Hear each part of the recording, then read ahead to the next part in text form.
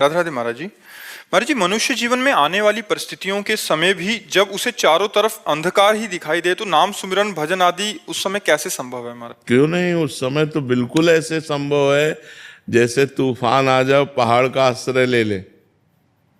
तूफान आ जाए और पहाड़ का आश्रय ले ले, तो ऐसे ही जब कोई आश्रय नहीं दिखाई दे रहा तभी तो चकाचक आश्रय भगवान का होता है। तभी तो उस समय सुदृढ़ आश्रय होता है कि हे भगवान, हे नाथ, अब आपके सिवा कोई नहीं है, हे नाथ आप संभालना, हे भगवान आप संभालना। वही तो शरणागति के लिए ठीक अवसर है। जब कोई सहयोग न दे तब सच्ची शरणागति होती है भगवान की। कोई अब नहीं है, नाथ चारों तरफ अंधेरा, आपके सिवा कोई नहीं।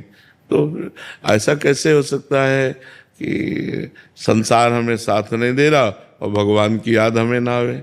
ऐसा कैसे हो सकता है? हम भक्त हैं, कहीं ना कहीं सत्संग सुन रहे हैं, कहीं ना कहीं संतों से मिल रहे हैं, तो हमारे हृदय में एक बात तो है कि जब कोई सहारा न देगा तो भगवान तो है ना। तो भगवान का आश्रय विपत्ति में बहुत जोर का होता है।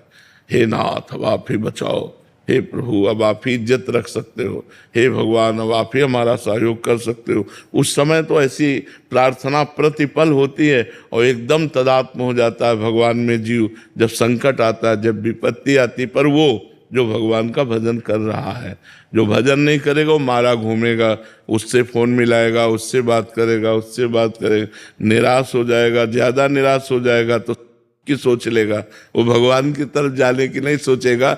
जिसने भजन नहीं किया, जो भगवान से नहीं जुड़ा है, उसको रास्ते नहीं पता है भगवान का। नहीं तो जो थोड़ा भी भजन करता है तो जहाँ विपत्ति आई तो एकदम समिट गया और एकांत होकर भगवान का सुमिरन करता है, और उसके विपत्ति का नाश निश्चित होगा जो विपत्ति के समय भगवान का सुमिरन करता है। हरि स्मृति सर्व विपद विमोक्षणा, भगवान की स्मृति समस्त विपत्तियों का नाश कर देती। पक्का खूब नाम जप करो और कभी भी संकट आवे तो केवल भगवान का आश्रय लो, केवल भगवान से प्रार्थना करो, केवल भगवान को पुकारो।